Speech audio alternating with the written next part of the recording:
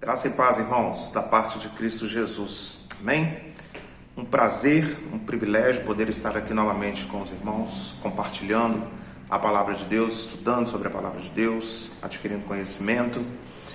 E a palavra de Deus nos diz que todo aquele conhecimento que nós conquistamos através do estudo sistemático da Escritura Sagrada, ele serve para a nossa edificação, mas ele serve também para que nós possamos edificar a outros, para que nós possamos ensinar a outros.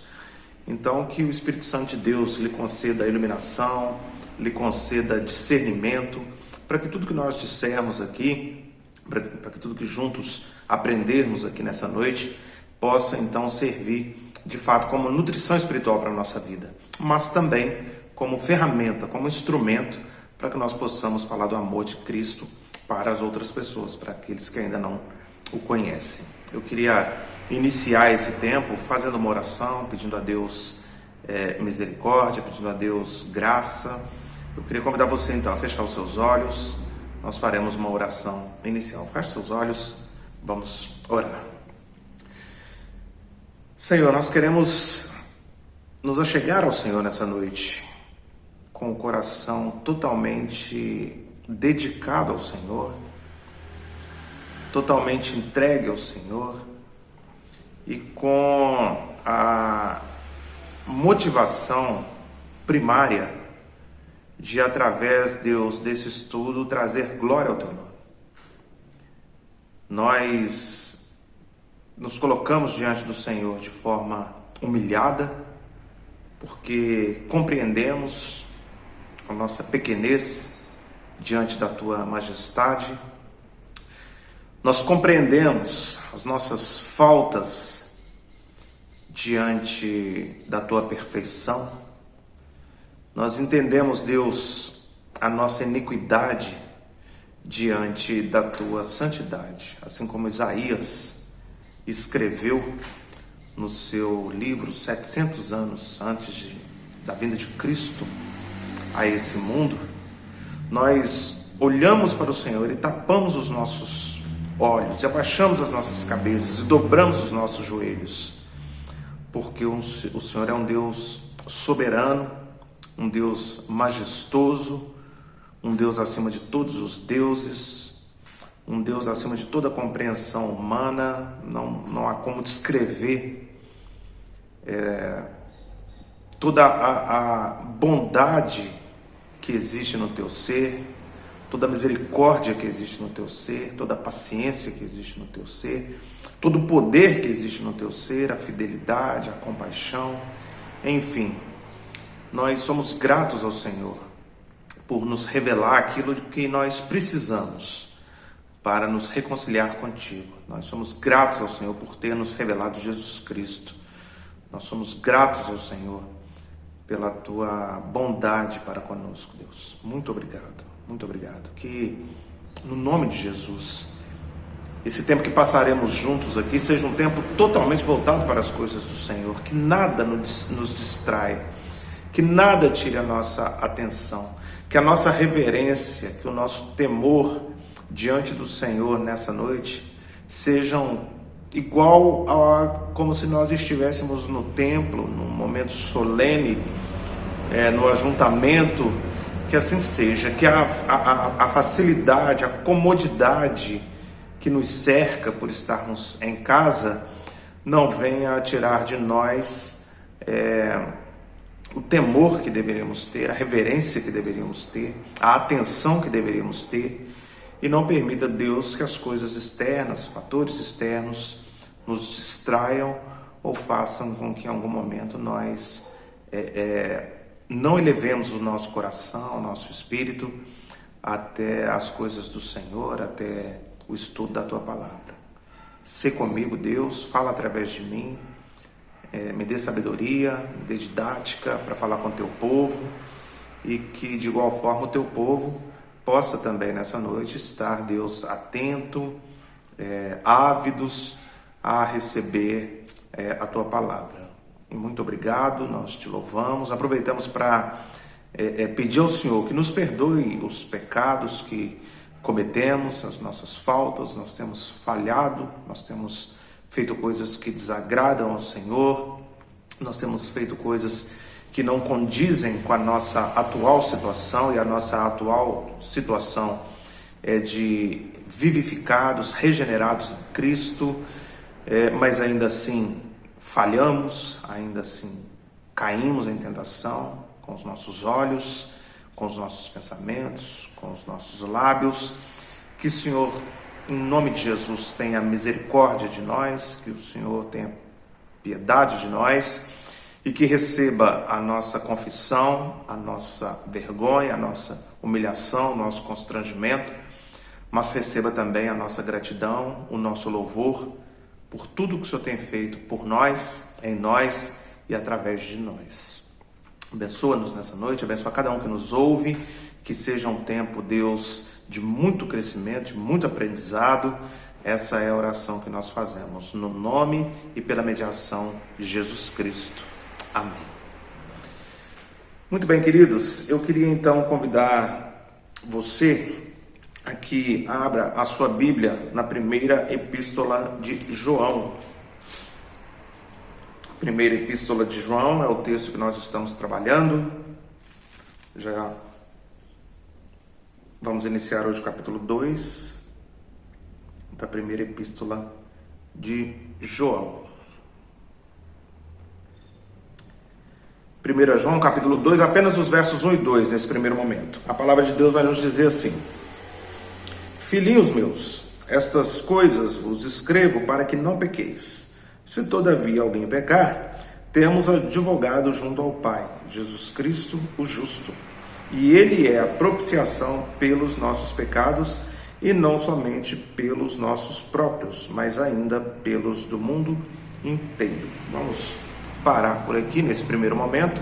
Já oramos pedindo a Deus que abençoasse o nosso estudo. Então vamos relembrar aquilo que nós já vimos. Talvez você não tenha tido a oportunidade de acompanhar conosco nas últimas semanas esse estudo. Então nós estamos aqui na primeira epístola de João. João, o discípulo amado de Cristo. João, aquele que estava nos maiores acontecimentos da caminhada de Jesus pela terra. João era um dos três que sempre estavam com Cristo, junto a Pedro e Tiago. João é o discípulo amado a quem Jesus confiou a segurança de Maria quando, minutos antes de morrer. João é o escritor do livro de Apocalipse. João é o escritor do Evangelho segundo João, o quarto dos evangelhos, o único evangelho que não é sinótico, não conta as mesmas narrativas de Mateus, Marcos e Lucas. E João é finalmente o autor dessas três epístolas. Nós estamos debruçados na primeira epístola, trabalhamos já o capítulo 1. O capítulo 1, ele tem como objetivo principal apontar para os leitores da epístola de João quem é Jesus Cristo. O evangelho de João apontava para a pessoa de Cristo, perdão. O evangelho apontava para a pessoa de Cristo, e aqui no capítulo 1 João vai apontar para a pessoa de Deus, o ser de Deus. João escreve essa carta entre o ano 85 e o ano 95 da era cristã, num ambiente de perseguição, num ambiente de dispersão dos crentes. E João então escreve essa carta com algumas razões, com alguns objetivos. Dentre esses objetivos, nós destacamos aqui nas primeiras semanas, ao menos 5, 6 ficam muito claros, porque o próprio João vai dizer. E no capítulo 1 ele já disse um deles. Ele vai dizer no versículo 4 do capítulo 1 que ele escreveu essa carta para que a nossa alegria seja completa, ou seja, para que a alegria dos crentes, que eram seus destinatários iniciais, lá no finalzinho do primeiro século, e para que a alegria de todos os cristãos que viessem após estes fosse completa, a certeza, a convicção de que Deus está cuidando de nós e de que o sacrifício de Cristo não foi em vão, de que Cristo morreu para que todos aqueles que nele crescem, tivessem, herdassem a vida eterna. João escreve aqui num ambiente de ataque por parte de heresias, especialmente do docetismo. Temos aqui também o gnosticismo, afirmações defesas, apologias de que Jesus Cristo não é o Filho de Deus encarnado, mas que Jesus Cristo seria um espírito que se apoderou do corpo de Cristo durante algum tempo para cumprir um determinado ministério. E João então vem refutando essas heresias ao longo da sua carta e ensinando, além de defender a deidade de Cristo, João vem também defender que os crentes no Senhor Jesus, que aqueles que foram alcançados, regenerados, que eles possam expressar o amor de Deus, que eles possam refletir a luz de Cristo, que eles possam andar assim como Cristo andou. Então, queridos, o cenário do primeiro capítulo basicamente é esse.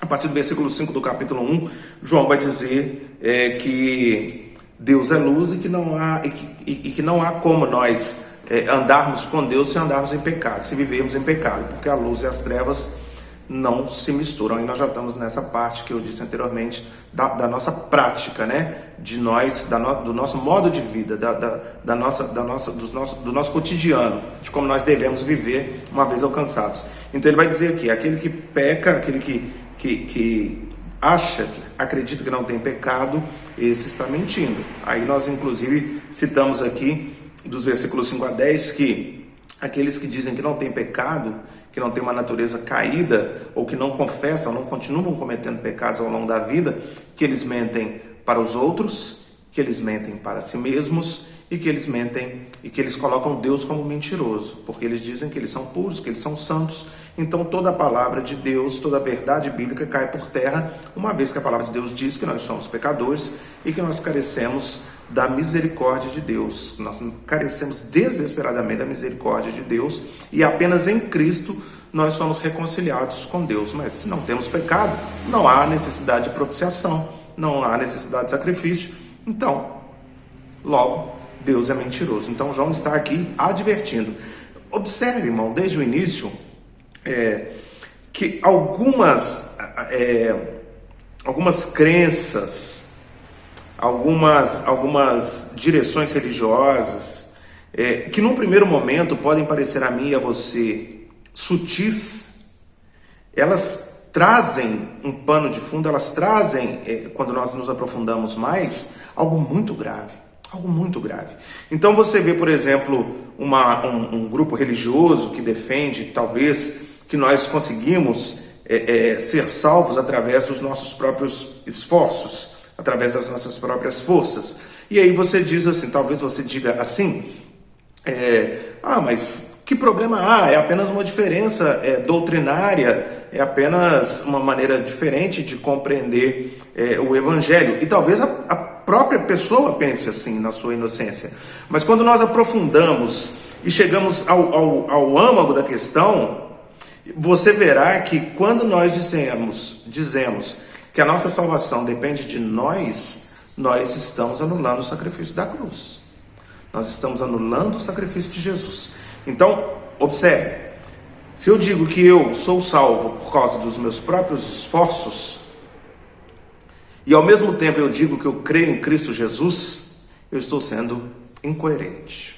Existe uma incoerência na minha fala, ou uma coisa ou outra. Se eu creio realmente em Jesus Cristo, se eu entreguei a minha vida a Cristo, e se eu sei que Cristo morreu por mim, logo, a minha salvação não depende de mim mesmo. Eu não teria condição de fazer isso. Por isso Cristo fez. Então, muito cuidado com essas sutilezas, muito cuidado com não levar em conta esse tipo de sutileza. Procure sempre se aprofundar no conhecimento. Para que você possa ter, então, instrumentalidade para ensinar a outros. É isso que está acontecendo aqui quando João escreve. Mas vamos caminhar um pouco, vamos entrar então pelo capítulo 2, que é o nosso texto dessa noite. Capítulo 2, versículo 1, João vai dizer assim: filhinhos meus, essas coisas vos escrevo para que não pequeis. Se todavia alguém pecar, temos advogado junto ao Pai, Jesus Cristo, o justo. Então vamos esmiuçar aqui esse primeiro versículo. João começa com uma saudação, com uma sentença que demonstra todo o afeto, todo o amor, todo o cuidado que ele tinha para com os seus irmãos da fé. João os chama de filhinhos, trazendo aqui o diminutivo trazendo aqui uma ideia de cuidado, de amor, de afeto. Então João já inicia com esse filhinho, demonstrando todo o amor que ele sente pelos seus irmãos em Cristo. Amor esse que ele vai expressar de forma muito clara, pormenorizada, nos próximos capítulos dessa mesma epístola. Veremos isso nas semanas seguintes, se o Senhor nos conceder esse tempo. Então João começa: filhinhos meus, essas coisas vos escrevo para que não pequeis. Ou seja, esse é o segundo motivo de João ter escrito a carta, o objetivo da carta. Então João escreve lá no capítulo 1: essas coisas vos escrevo para que tenhais alegria em Cristo, na salvação, na certeza da salvação. E agora ele escreve: essas coisas vos escrevo para que não pequeis. Ponto. Então, o que será que João está querendo exatamente dizer aqui? Será que João está querendo dizer que não existe a menor possibilidade, antes, que existe a possibilidade de que nós não pequemos? Será que João está escrevendo aqui que existe a possibilidade de que um crente no Senhor Jesus, enquanto ainda andar por essa terra, nesse tabernáculo, não peque?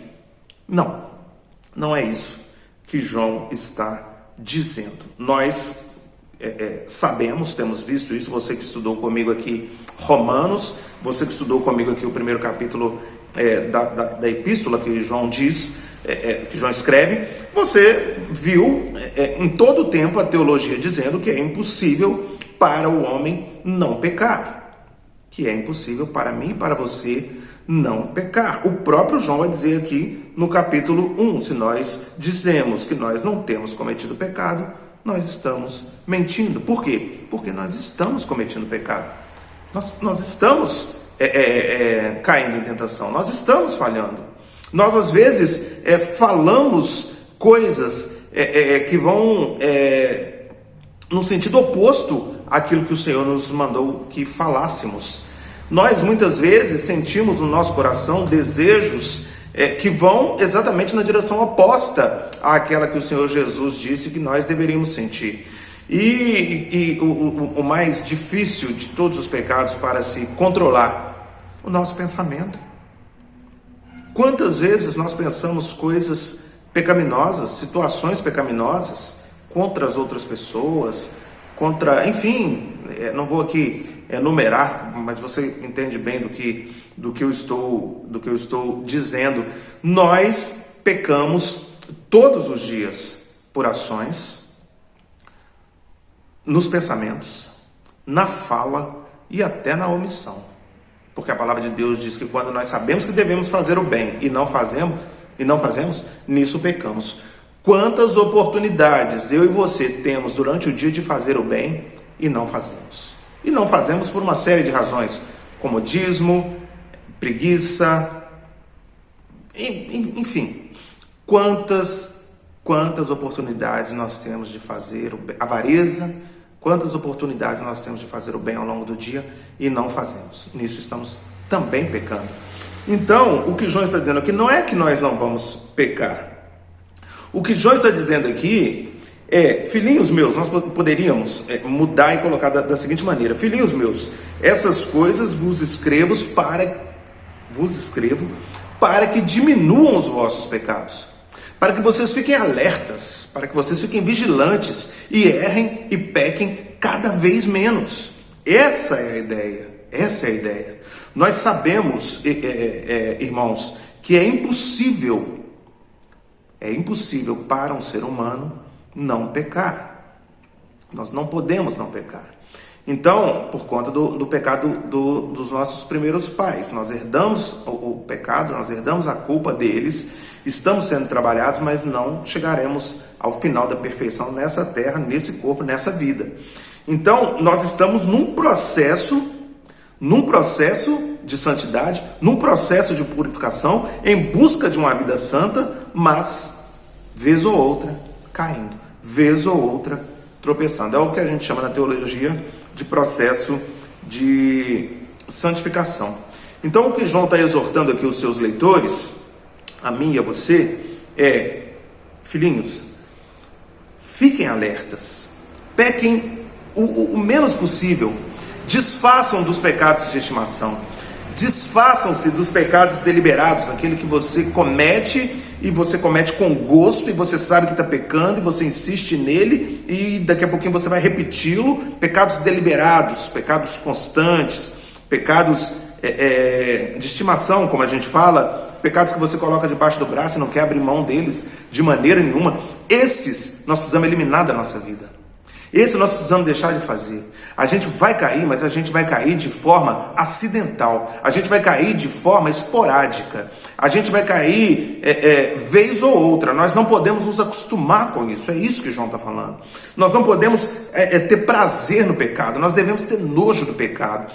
Nós devemos ser como Davi no Salmo 32. Enquanto calei os meus pecados, envelheceram os meus ossos. Nós devemos ter nojo do pecado. Nós devemos fugir do pecado. Essa é a mensagem de João. É isso que João está querendo dizer aqui no versículo 1. É uma advertência, porque o pecado estará sempre à nossa frente. O pecado estará sempre sendo oferecido a nós. Mas o que nós devemos fazer sempre é estarmos vigilantes para pecarmos cada vez menos. Filipenses 1,6. Estamos em obra, estamos sendo trabalhados, estamos sendo melhorados. Querido, se não existe uma progressão na sua santidade, se não existe uma progressão na sua vida, no seu processo de se assemelhar a Cristo, de se parecer com Cristo, algo está errado. Algo está errado. Você precisa lutar mais, você precisa batalhar mais. Se isso está acontecendo comigo, eu preciso lutar mais, eu preciso batalhar mais. Porque nós estamos numa caminhada. Nós estamos numa caminhada. E nessa caminhada, nós estamos sendo instrumentalizados, nós estamos sendo preparados, nós estamos recebendo todos os elementos que nós precisamos para sermos pessoas melhores. Quais são esses elementos, esses instrumentos? A leitura diária da palavra, que está à nossa disposição. Todos nós temos Bíblia em casa. A vida com Deus através da oração, a comunhão com Deus através da oração é de graça. Você pode fazer quantas vezes quiser no dia. As mensagens, sermões e pregações que nós ouvimos todos os dias, que nos são oferecidas todos os dias, esses são os meios que Deus usa para que nós cresçamos em graça, para que nós cresçamos em estatura espiritual, para que nós possamos ir nos assemelhando com Cristo dia após dia. Então, se nós não estamos crescendo nesse processo, alguns desses elementos estão sendo negligenciados. Não estou julgando ninguém. É algo óbvio. É algo latente. Se nós não estamos crescendo, se nós não estamos nos parecendo mais com Cristo, alguns desses meios que o próprio Cristo nos entregou para que nós crescêssemos, alguns deles estão sendo negligenciados. Ou nós não estamos buscando tanto assim lá na Bíblia, na nossa Bíblia, ou nós não estamos buscando tanto assim a Deus em oração, ou nossos ouvidos estão fechados para pregação. E aí, querido, nós não vamos crescer em santidade mesmo. Por quê, né? Porque nós somos peregrinos, nós somos estrangeiros. Vamos propor aqui uma ilustração. Você está aqui no Rio Grande do Sul, nós estamos aqui no Rio Grande do Sul, e nós somos levados para a Polônia. E lá na Polônia nós vamos ficar muito tempo e nós precisamos nos assemelhar aos poloneses, começar a parecer, nos amoldar à cultura polonesa. Pois bem, o que nós vamos fazer então? Nós vamos adotar os costumes deles, nós vamos aprender o idioma deles, nós vamos ter algumas práticas que eles fazem, ao ponto de em algum momento as pessoas olharem para nós lá e já não saberem mais se nós somos gaúchos, mineiros ou poloneses. Porque nós fomos nos esmerando durante aquele tempo em nos parecer mais com alguém, com algum povo no caso. Então, se nós estamos nessa terra, que não é a nossa terra, a Bíblia diz que nós somos peregrinos nessa terra, que nós estamos aqui de passagem. A nossa terra é a Nova Canaã, é a Canaã celestial, Nova Jerusalém, é o céu. Então, se nós estamos aqui, e enquanto estivermos aqui, o nosso desafio é nos parecer mais com Cristo, Então nós temos que viver como Cristo viveu e praticar isso dia após dia, até que chegue o ponto em que alguém olhe para nós e fala: olha, nem parece mais o Hamilton, é uma outra pessoa. Por quê? Porque já não sou eu mais quem vive, mas Cristo vive em mim. Então, querido, essa luz que João citou aqui no capítulo 1, e que ela não anda junto com as trevas, ela não se amolda, onde a luz chega, as trevas imediatamente são dissipadas. Essa luz somos eu e você, aqui nessa terra.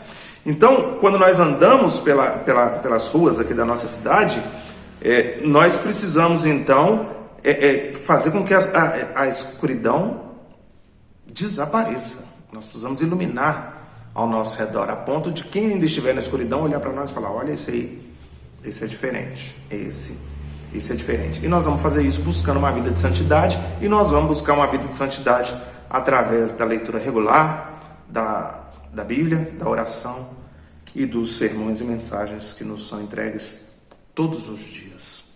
Então é isso que o João está dizendo: olha, pequem menos, não abaixem a guarda, continuem lutando contra o pecado. No versículo 2, ele vai explicar, ele vai dizer, no versículo 2 não, perdão, na parte B do versículo 1, ele vai dizer: se todavia, porém, entretanto, vocês pecarem, nós temos um advogado junto ao Pai, Jesus Cristo, o justo.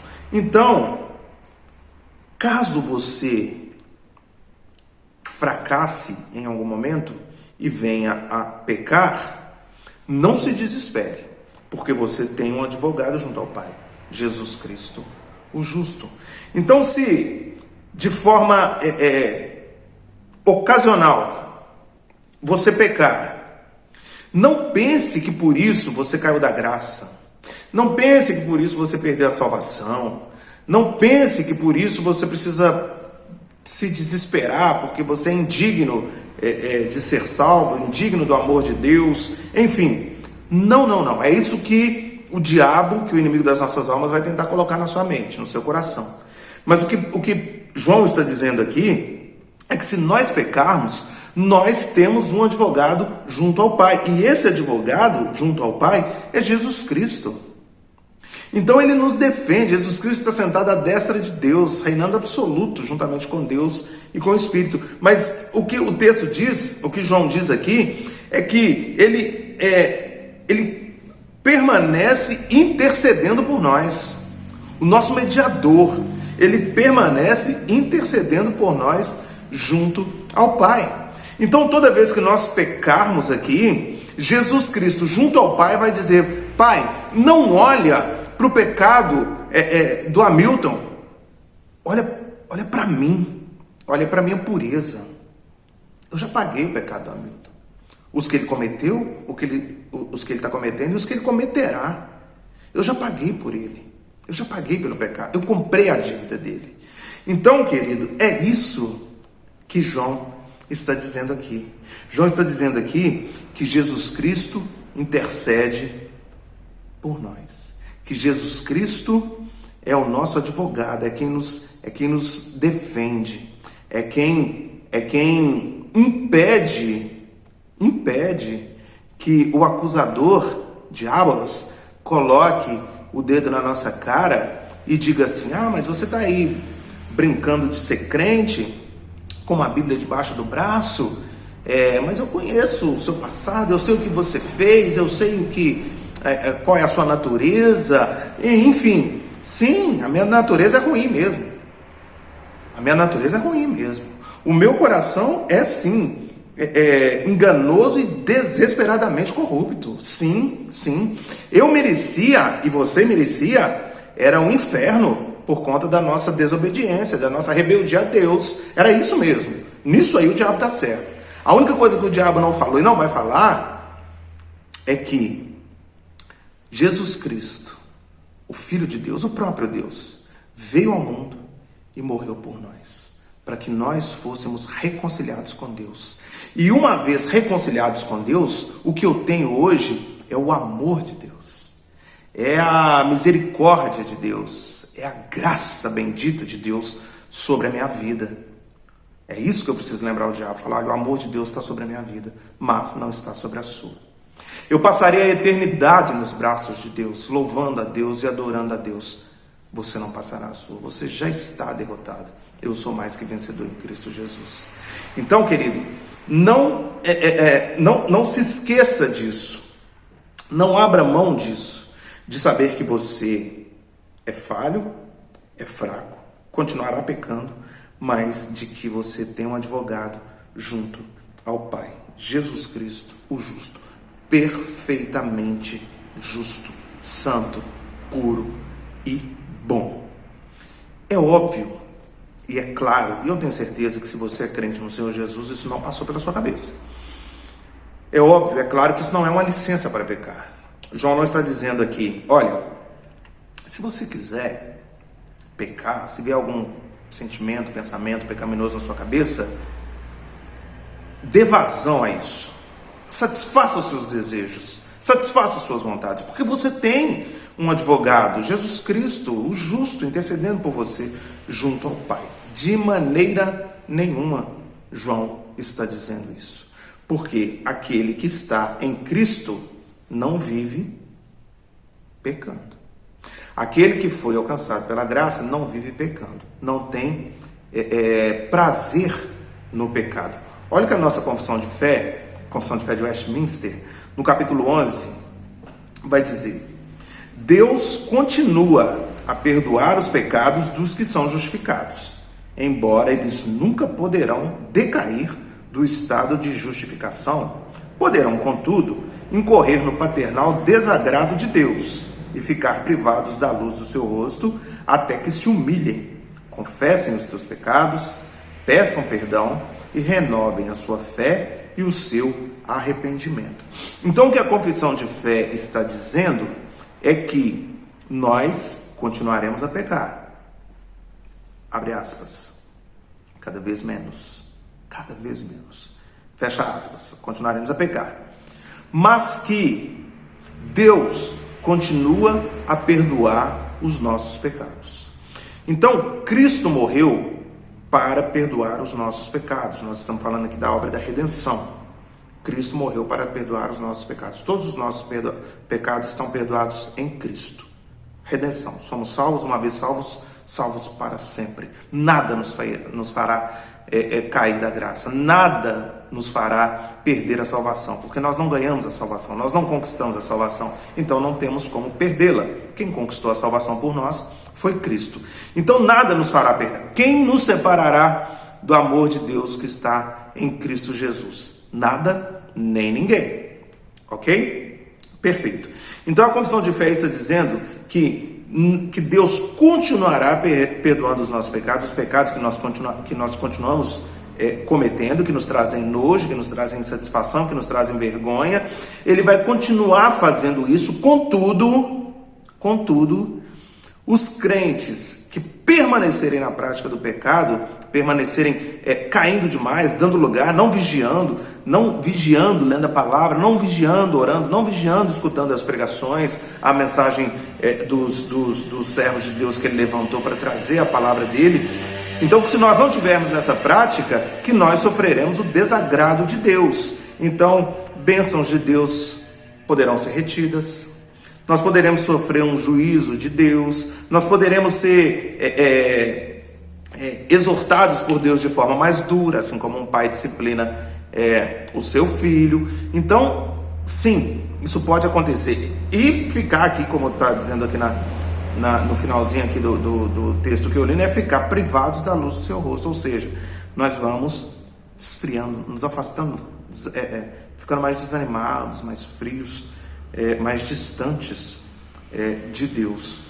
Olha que interessante essa citação que um comentarista teológico chamado Warren Wiersbe escreve a respeito da obediência, a respeito de andar com Deus e obedecer aos preceitos, às leis e às ordenanças de Deus. Olha só, ele diz que a obediência pode ter 3 motivações: a necessidade, a obrigação e o prazer. O escravo, aí ele vai dar os exemplos. O escravo obedece porque é obrigado, do contrário ele seria castigado. O empregado obedece porque ele necessita, senão ele vai perder o seu emprego e não vai ter como levar alimento para sua casa. Mas o cristão, ele obedece porque ele tem prazer em Deus. Então nós obedecemos à lei de Deus porque nós temos prazer em Deus, ou deveríamos ter, assim como o salmista: quanto amo a tua lei, é a minha meditação de noite e de dia. O próprio João no Evangelho vai dizer que se nós amamos a Deus, nós guardamos os seus mandamentos, João 14. Então, querido, nós obedecemos a Deus, nós seguimos a Deus, nós caminhamos com Deus, nós procuramos não pecar, não porque nós sabemos que temos um advogado que intercede por nós, mas porque nós temos prazer em obedecer à lei de Deus. Nós temos prazer em andar de acordo com aquilo que Deus nos deixou como regra, como maneira de viver. Então, Jesus Cristo, o justo, é o nosso advogado junto ao Pai, intercedendo por nós. Mas, repito, e prometo tentar não repetir novamente, mas repito, nós não podemos viver na prática do pecado. Nós precisamos pecar cada dia menos. Ok? Então vamos para o versículo 2. Versículo 2. E ele é a propiciação pelos nossos pecados, e não somente pelos nossos próprios, mas ainda pelos do mundo inteiro. Então João vai dizer que Jesus Cristo, o advogado junto ao Pai, o justo, ele é ainda a propiciação pelos nossos pecados. Propiciação, irmãos, é o mesmo que desviar a ira. Então João está dizendo aqui que a ira que era destinada a nós, lembra lá quando nós falamos que nós éramos filhos da ira,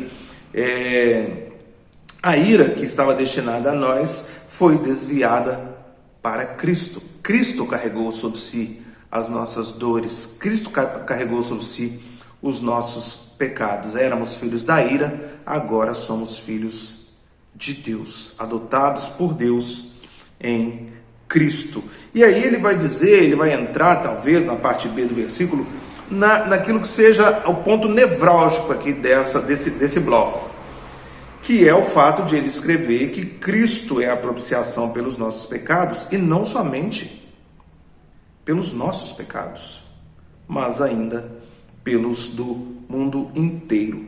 O que será que ele quer dizer? O que será que João quer dizer com isso? Será que João quer dizer aqui que Cristo não carregou sobre si os pecados apenas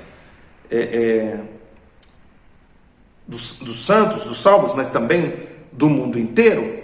Isso então daria, esse é um dos versículos que dá base e que fomenta a discussão a respeito da salvação universal, que é a defesa dos universalistas, de que ao final dos tempos Deus acabará salvando todo mundo, de que Deus colocará todo mundo no mesmo pacote e vai dizer, entra todo mundo, está todo mundo salvo.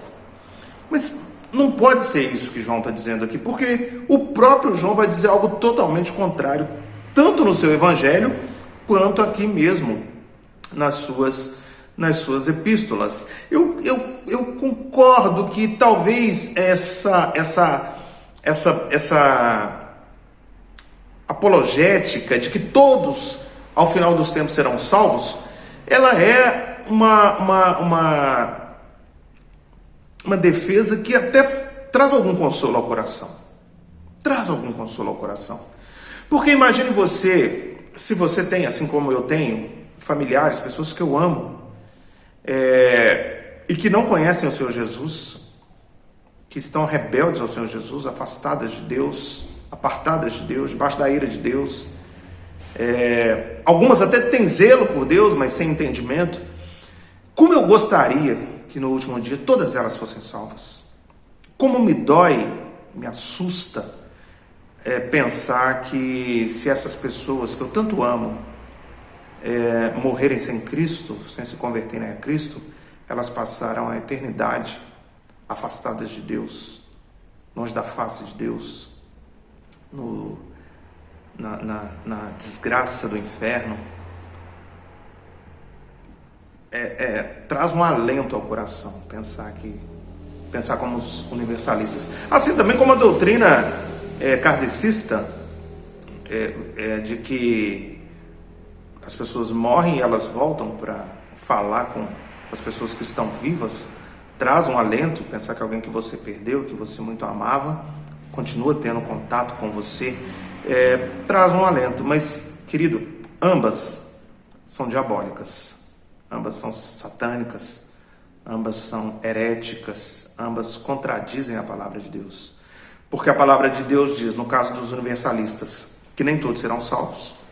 E a palavra de Deus diz, no caso dos kardecistas, que cabe a todo homem morrer uma só vez, vindo depois disso o juízo. Não há a menor possibilidade de se falar ou de se manter contato com os mortos.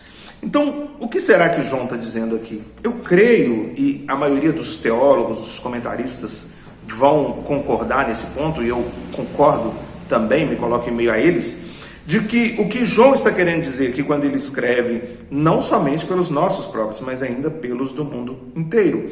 O que João, na verdade, está querendo dizer aqui de que ele é a propiciação pelos nossos pecados, e não somente pelos nossos próprios, mas ainda por todos os eleitos do mundo inteiro. Então João está aqui pelo ano 90, entre 85 e 95, escrevendo para um mundo conhecido muito pequeno. Dentro desse mundo conhecido, que era muito pequeno ainda, João escreve a um pequeno grupo de cristãos, e era a visão macro de João naquele momento ali, era o máximo que ele conseguia enxergar. Então o que ele está querendo dizer, nós estamos aqui na perseguição, o que João está querendo dizer aqui para esse grupo de pessoas que o leem, olha, Jesus morreu para que nós fôssemos salvos, e não apenas nós, mas para todos os eleitos, para todos aqueles que crerem no seu nome, de todas as tribos, povos, nações, etnias, aonde nós estamos pregando o evangelho, aonde nós já conseguimos alcançar e as pessoas vão se convertendo, a essas pessoas também, Jesus Cristo morreu por elas também. Então compreende como que dessa maneira fica muito mais fácil de nós entendermos e aceitarmos o que João está querendo dizer aqui, porque senão nós entramos numa incoerência, porque vários dos textos, vários dos escritos de João vão numa direção totalmente oposta, de que só alguns serão salvos. Então eu queria convidar você a olhar esse versículo 2, parte B, por esse prisma, por esse ângulo. Jesus morreu não apenas pelos meus pecados, Hamilton. Jesus Cristo morreu não apenas pelos meus pecados, pelos pecados do Hamilton, mas Jesus Cristo morreu pelos pecados de todo mundo que crê no Senhor Jesus, de todos aqueles que crerem no Senhor Jesus, seja lá onde eles estiverem.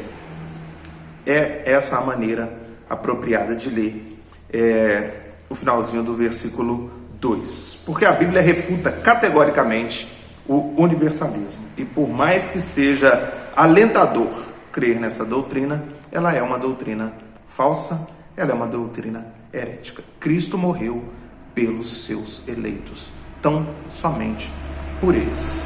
Cristo morreu pelo pecado somente do seu povo eleito. Vamos ver alguns textos. Eu não sei se você ainda tem dúvida quanto a essa realidade, quanto a essa verdade bíblica, mas caso você tenha, eu vou citar aqui rapidamente alguns textos que vão ajudar você a dirimir essa dúvida. Vamos lá, ó. Mateus 20, 28, Evangelho de Mateus,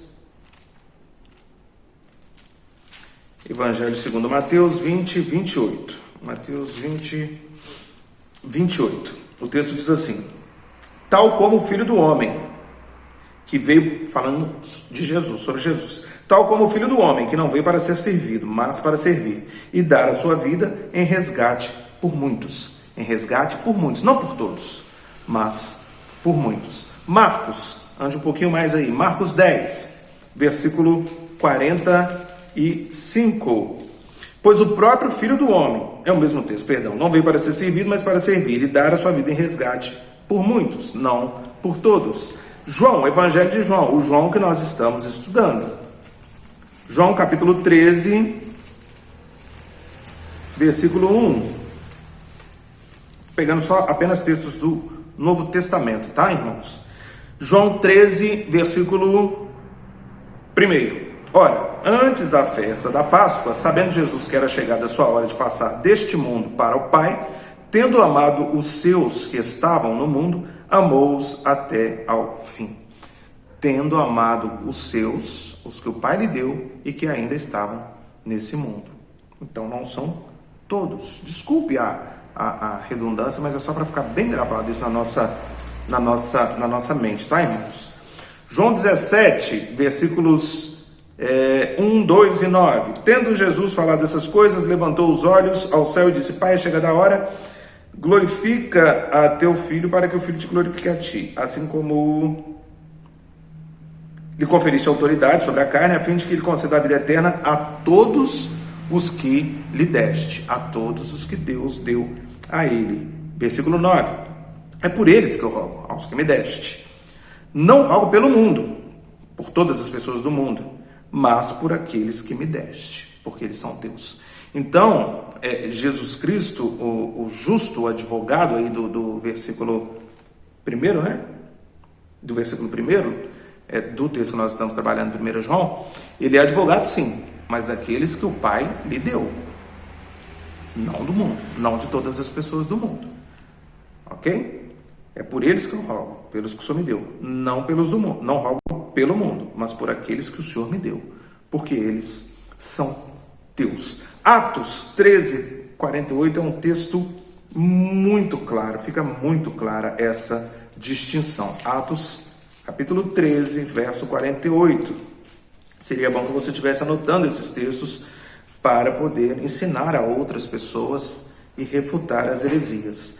Atos 13, 48. Os gentios, ouvindo isso, regozijavam-se e glorificavam a palavra do Senhor. E creram todos os que haviam sido destinados para a vida eterna. É muito clara a distinção nesse versículo. Acho que se nós tivéssemos trabalhado só esse versículo já seria o suficiente. É muito claro. A palavra do Senhor foi pregada e creram todos os que haviam sido destinados para a vida eterna. Apenas esses. Os outros não creram. Os outros continuaram nos seus pecados. Continuaram descrentes. Mas aqueles que eram eleitos de Deus, esses sim. Esses creram.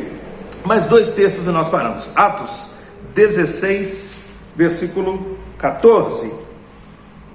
Certa mulher chamada Lídia, da cidade de Tiatira, vendedora de púrpura, temente a Deus, nos escutava. O Senhor lhe abriu o coração para atender as coisas que Paulo dizia. Então ela era temente a Deus, ela era judia, acreditava em Deus, mas ela tinha zelo por Deus, mas sem entendimento. Então aqui no versículo 14, Deus vai abrir os seus ouvidos, o seu coração, para que a mensagem de Paulo pudesse então penetrar no seu coração. E qual era a mensagem de Paulo? Que Jesus Cristo é o Messias, que ela deveria crer no Senhor Jesus para ter os seus pecados perdoados. E finalmente, Atos 24, versículo 15. Atos 24, 15, que vai dizer assim: tendo esperança em Deus, como também estes a têm, de que haverá ressurreição, tanto de justos como de injustos. Percebe aqui? Percebe aqui de que alguns são considerados, quando Jesus voltar, né? E será explicitada essa separação entre justos e injustos, entre eleitos e réprobos, entre salvos e entre aqueles que estão debaixo da ira de Deus. E fora esses textos, nós poderíamos citar ainda Judas, que traiu Jesus. Nós poderíamos citar ainda o rico, lá daquele texto, o rico e Lázaro, que também serve para refutar os kardecistas. E poderíamos citar também o ladrão da cruz. O ladrão da cruz. Cristo não morreu para expiar os pecados do segundo ladrão, daquele que não se arrependeu. Ele morreu para expiar os pecados do que se arrependeu. Esse está com ele hoje no paraíso, nesse momento no paraíso. Cristo não morreu para expiar os pecados de Judas Iscariotes. Cristo não morreu para expiar os pecados do rico que se encontrava no inferno, lá no texto do rico e Lázaro. Então, queridos, essa distinção é muito clara, de que Cristo morreu por alguns, por um grande grupo de pessoas do mundo, mas que Cristo não morreu para expiar os pecados de todo o mundo. Então ele termina esse versículo 2, esse versículo 2 com essa afirmação de que ele morreu pela propiciação, para desviar a ira de Deus, não somente de nós que estamos aqui agora, que estamos ouvindo isso, mas de todos quantos confessarem o nome de Jesus Cristo como Senhor e Salvador das suas vidas. Glória a Deus por isso, queridos. Essa é a boa teologia. Essa é a boa teologia. Nós vamos parar por aqui, nosso tempo já se estendeu. Na próxima semana, se o Senhor nos permitir, nós estaremos trabalhando então dos versículos 3 ao versículo 6 da primeira carta de João, no capítulo 2. Eu queria mais uma vez agradecer a você por ter passado esse tempo conosco. Queria convidar você a fechar os olhos. Nós vamos fazer uma última oração e logo depois eu vou rogar a bênção de Deus sobre a sua vida. Oremos. Senhor, nós queremos dar graças ao Teu nome, louvar ao Teu nome, porque a Tua palavra mais uma vez foi lida e foi compartilhada nesse lugar. Queremos agradecer ao Senhor, porque a Tua bondade, a Tua misericórdia, o Teu cuidado, o Teu zelo para conosco são explicitados quando nós olhamos para um texto como esse, que nos relembra, que traz à nossa memória de que nós temos um advogado junto ao Pai, Cristo Jesus, o justo. E de que mesmo, Deus, nas nossas falhas, mesmo nas nossas faltas, nos pecados ocasionais que cometemos e dos quais nos envergonhamos, ainda assim, Ele nos ama, ainda assim, Ele intercede por nós. Muito obrigado, Senhor, por tão grande salvação. Como negligenciaríamos tão grande salvação? Um sacrifício tão grande Cristo fez por todos nós. Louvado seja Deus pela cruz de Cristo, louvado seja Deus pelo sacrifício de Cristo, louvado seja Deus pelo seu Santo Espírito que habita em nós e que refreia os nossos instintos, as nossas vontades, as nossas concupiscências e faz com que dia a dia nós possamos nos parecer mais com o nosso advogado, Cristo Jesus, o justo. Muito obrigado, Senhor, muito obrigado. Que o Senhor conceda a todos nós uma noite de paz, uma noite de repouso, uma noite de tranquilidade, um restante de semana debaixo da Tua graça, debaixo da Tua misericórdia. Cuida de nós, Deus, assim como o Senhor já vem fazendo. Livra-nos dessa pandemia, dessas enfermidades, Pai, em nome de Jesus. Guarda os nossos empregos, Deus, em nome de Jesus. Guarda a nossa família, Deus, em nome de Jesus. Cuida de nós, Pai, em nome de Jesus. Essa é a oração que eu faço, pedindo ao Senhor que derrame bênçãos espirituais sobre a vida de cada um, de cada lar que nos acompanha nesse momento. Essa oração nós fazemos no nome e pela mediação de Jesus Cristo. Amém.